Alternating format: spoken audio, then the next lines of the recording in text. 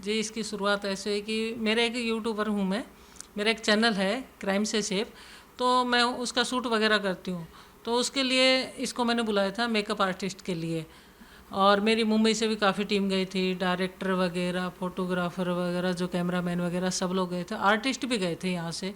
तो क्योंकि लॉकडाउन का समय था, बाहर हम शूट कर नहीं सकते थे, तो मैंने सोचा कि घर में ही क्यों ना, जितना, क्योंकि क्राइम की स्टोरी ऑलमोस्ट अंदर ही निकलती हैं, बाहर की कम होती हैं, या फिर एकदम जंगल की स्टोरी होंगी। तो उसमें मैंने इसको बुलाया था। और जैसे जैसे हम मतलब शूट चलता रहा, मेरे 20-22 दिन का शूट था, उसमें ये भी मेरे साथ ही थी, और भी थे, तो सब लोग तो चले गए। इसका व्यवहार इतना अच्छा रहा कि मेरी मम्मी ने भी इसको पसंद किया। और जैसे जाने लगी तो मैं इसको छोड़ने के लिए अपनी गाड़ी से फतेहाबाद मैं इसको छोड़ने के लिए गई। तो ये रात को हम रुके, इसके घर पे ही मैं रुकी। सुबह कहती है, अंजू, मेरा नाम तो आपको पता ही, अंजू, ये बोली, अंजू मैं भी आपके साथ ही चलूँगी रिटर्न। मैंने कहा ठीक है, मेरे को भी कुछ ऐसा नहीं लगा, मैंने कहा ठीक है भाई चलो। उस समय तक हमारा ऐसा कुछ भी नहीं था कि भाई मेरा इसका कोई प्यार हो या कोई भी चीज़। प्यार का तो सही बताया, हमें काफ़ी समय तक नहीं पता था। मैंने कहा चल ठीक, तू घर पे चल, कोई दिक्कत नहीं।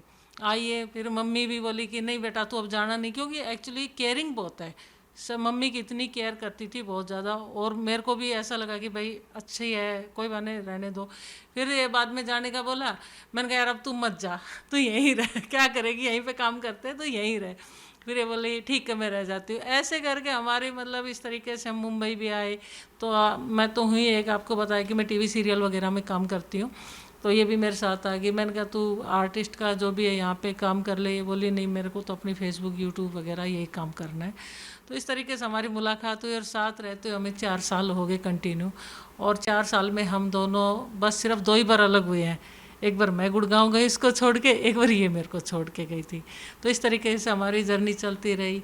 और साथ में कुछ ऐसे मेरे हादसे भी हुए मेरे साथ, दुर्घटना बोलूँ हादसा बोलूँ उसको। मेरे एक भांजा था जो वो एक्सपायर हो गया ऑन द स्पॉट एक्सीडेंट में, 22 साल का था। तो उस वक्त ये मेरे साथ थी।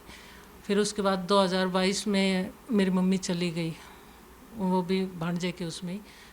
तो तब कहते ना, जब दुख में सब साथ छोड़ जाते हैं, उस वक्त ये और इसका भाई दोनों मेरे साथ थे। तो मेरे को लगा कि भाई जिसने मेरा दुख में साथ नहीं छोड़ा, मेरे अपनों ने साथ छोड़ दिया था सब ने, क्योंकि कोई भी नहीं दिख रहा था मुझे। तो ये मेरे साथ थी, और हर जगह ऐसे खड़ी रही, एक मजबूत पेड़ होता ना, ऐसे मेरे साथ खड़ी रही। हम ऐसे चलते रहे दोनों साथ में। फिर अभी जैसे बीच में फिर हमारा प्यार बढ़ गया, आपस में एक दूसरे से प्यार करने लग गए। अलग होने के तो सोचते भी नहीं है कि अब हम अलग होएंगे। फिर ये भी बोली कि यार अज्जू हम शादी कर ले, तभी मेरे को अज्जू बोलती है, अज्जू सोना। तो बोली हम शादी कर लें। फिर एक बार तो मुझे भी लगा, इसे भी लगा, मैंने कहा यार समाज क्या बोलेगा, क्योंकि हमारे रिश्ते को हर कोई नहीं अपनाता है। लड़की लड़की का रिश्ता ऐसा है कि बहुत सारे लोग बागों की सोच होती है। क्या हमने घर में जिक्र भी किया, इसकी मम्मी को भी बोला मजाक मजाक में, हम तो सीरियस थे, बट इसकी मम्मी का जैसे मन पढ़ ले, हम सोचे कि भाई तो इसकी मम्मी हाँ तुम शादी करोगी, रहने दो तुम दोनों, ऐसी मजाक मतलब बोलने लगी। तो फिर ये बोली ना मम्मी मैं तो इनसे ही शादी करूँगी, आप मानो या ना मानो। तो उस वक्त उनको नहीं लगा कि हम शादी वगैरह करेंगे। और मेरी मम्मी को भी हम बोलते थे जैसे जब तक थे वो, तो बोली हाँ तू शादी कर ले कविता, तो इससे शादी कर ले, तू मेरी बहू बन के आ जा। क्योंकि उनका एक्चुअली क्या ना, उनकी तो सेवा पानी हो रही थी ना। कहते हैं ना बुजुर्ग की अगर जितनी सेवा होगी, उनकी कोई केयरिंग करेगा तो अच्छा ही लगेगा नॉर्मल। परिवारों में तो एक तरीके से सहमति थी, आधे मन से पूरे मन से, लेकिन समाज और बाकी लोगों का रवैया किस तरह से रहा पिछले कुछ साल? देखिए समाज का, जब तक हम लोग साथ में थे तो कई लोग कहते थे कि तुम साथ में रह रहे हो, पहले जिस उसमें शादी से पहले का। मैंने कहा हाँ हम शादी करेंगे। जैसे हम आपको पता है फेसबुक पर इंस्टा पे भी काफ़ी वो हैं, तो हम वीडियो जैसे डालते थे, रील डालते थे, तो हमारी कुछ वीडियो इस तरीके से प्रेम प्यार भरी है। तो उसमें लोग बात कहते थे ये क्या कर रहे हो क्या नहीं। मैंने कहा हम शादी करेंगे, कब करोगे शादी तुम, मतलब कब करोगे कब करोगे, इस तरीके से हमारे सामने बहुत सारे क्वेश्चन बार बार आते थे। तो ये भी कहती थी अज्जू अब कर लो शादी, क्योंकि लोगों का मुंह भी बंद करना पड़ेगा।